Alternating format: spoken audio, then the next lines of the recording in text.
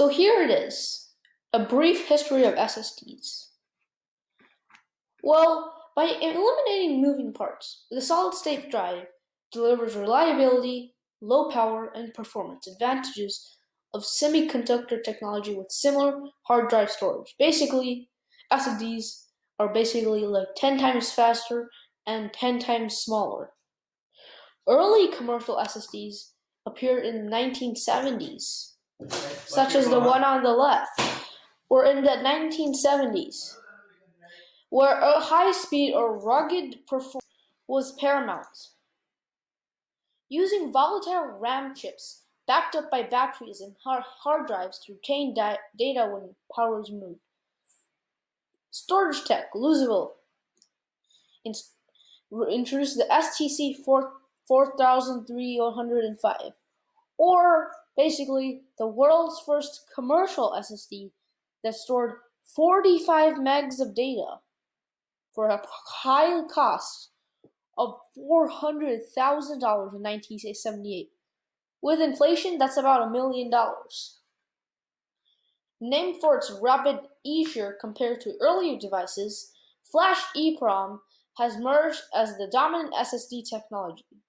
Invented by Fujito Matsuzuka in Toshiba in 1980, when the cell is configured as a NOR gate flash, allows random access to any memory location, and serves as a direct replacement for EE and EEPROM chips. Basically, it's a replacement for floppy drives and hard drives.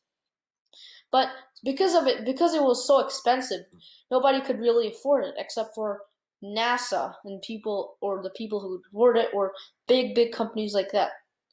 Eli Harari, who pioneered thin oxide processing at Hughes Aircraft in 1970s, co-founder of SanDisk in 1988 to develop technology for digital cameras. The company built a first prototype SSD. Why? Because you cannot fit a whole big hard drive. Since hard drives are so big, you can't really store any data. So they're basically forced into making their own little SSD for IBM. And then IBM took the credit for that. So as you can see on the left over here is IBM's, but it was basically bought by IBM. So in a sense, SanDisk made the SSD, but IBM just bought it. And yes, that's basically it. Numerous flash chips and companies enter the market for flash chips, SSDs, and specialized storage systems in portable packages such as a thumb drive or a USB. As notebooks and ultrabooks became popular, SSD standardized around the 2.5-inch notebook form factor. This was at around the time in 2004 when you couldn't have smartphones, since the technology hadn't evolved enough to put a whole computer in the palm of your hand, but they had evolved to a very close point. They couldn't make tablets since they're very thin, so they ended up making ultrabooks, or really tiny computers.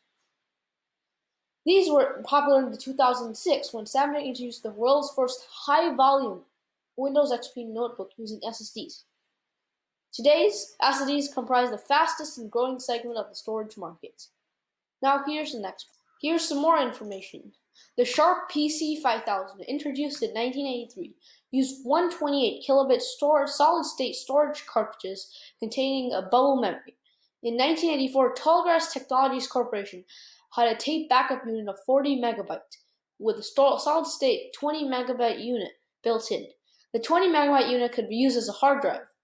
It was basically the backup in case the SSD failed. Software-based RAM disks were still used up to 2009, but because they are so expensive, nobody really made them. In 1983, a mobile computer was the first to use 4 slots for removable storage in flash-based storage disks. In 1991, 20 megabyte solid-state drive sold for $1,000, which was a good deal. It's so expensive at that time. Architecture. The key components of SSD are the controller and memory to store data.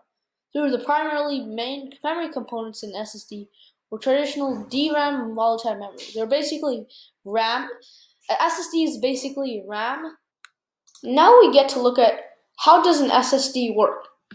Well, first of all, if you go to your smartphone, your screen is made up of pixels, or basically your screen. The pixel is basically your whole display.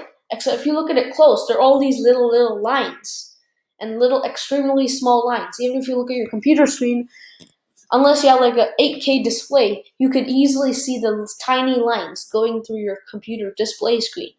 That's known as a pixel. And each pixel can be stored as different.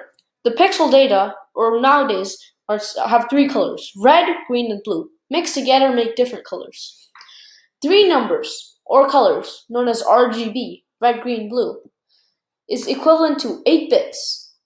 For example, one pixel is 24 bits, or 24 different combinations of 001100 and 11000. Bits are basically an allocation. It's basically how computers store data. And this is basically it.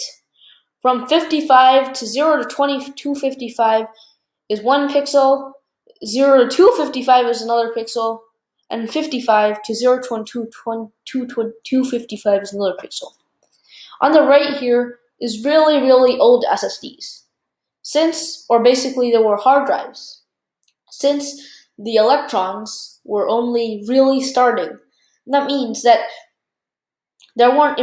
you couldn't have many combinations back then, resulting in smaller space or storage. So that's when they invented charge trap flash memory cell, or SSDs. It's basically electrons, okay? Electrons or bits. When you trap them, they cannot escape, unlike a hard drive.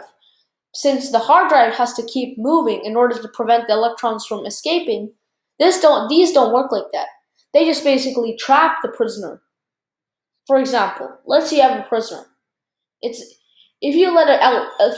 say you have a prisoner, and there's constantly police around him, running to chase him. They have a little border, and they're constantly chasing him.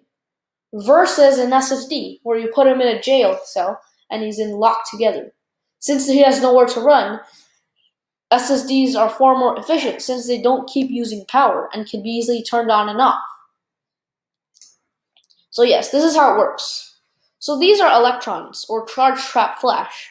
Whenever you need the information, the SSD will let go of the data, and it will be sucked into this vacuum-like tube, which sends the information to the computer. And each one is stored into a different allocation, or bits. 0011, 1100, and so on. And all of these have an electron level. Either it can be high electrons or low. Basically, that's how fast your SSD is running. If you have a high electron level, your SSD is fast. If you have a low electron level, your SSD is not going to be that fast. So yes, this is how they're usually allocated in 3 digits. 0, that means there's no charge. 1, meaning there is a charge. So yes, if you look at them the single thing I showed you was about a kilobyte of data. If you put trillions of these together, it looks kind of like this. Not to scale, by the way. And a trillion of these is equivalent to 1 terabyte. So it's 100 layers tall, 40,000 columns wide, and 50,000 columns down. It's basically like an Excel sheet, except with a bunch of numbers. Each number is, the electron, or like I showed you, where the electrons are trapped, or kind of like a cell. And this is a representation of the cell. Thousands of trillions of these cells. And basically, when they work together, you can bring up lots of different information. And yes, this is about how thick it looks. And there's this thing called, now you're going to ask me, who are the police officers? These are basically like the police officers. These guys basically choose each section or column and when they need to be used. For example, let's say you've downloaded a picture of a cat. And when you press that cat, the information stored about that cat is stored into a bunch of ones and zeros in very random places, like columns and stuff like that. But when you need that cat, the control gate selection and bit line selectors are kind of like police. They'll choose the specific prisoners in each row, column, and so on until they find the prisoners. And when they put the prisoners together, you get a picture. Or they can be used to also play games. For example, when you download something like, I don't know, Watch Dogs 2, it's going to be 60 gigabytes. And all 60 gigabytes are going to be stored in all of these. And whenever you need the data, let's say you drive a car into a lamp or a pole. When you drive the car into the pole, the SSD has to reply to that and take out the specific information in order to display it to the screen. And also, it basically just gives the zeros and ones to the GPU, who processes that information to give the picture. So basically, it's kind of like the information retriever, kind of like your assistant who keeps getting information or folders and all those tedious tasks to get the information will be done by the SSD. So, in other words, this is in the beginning in the 90s they called it 3D VNAND memory array, not SSDs, but this. But Samsung later called it SSDs. This is, well, if you stack 1 trillion of these together, this is how it looks. And they store them in a microchip. Well, there are 3 differences between, there's the solid state drive, the NVMe SSD, and then the normal SSD, which I'll be explaining in the next video. Thank you.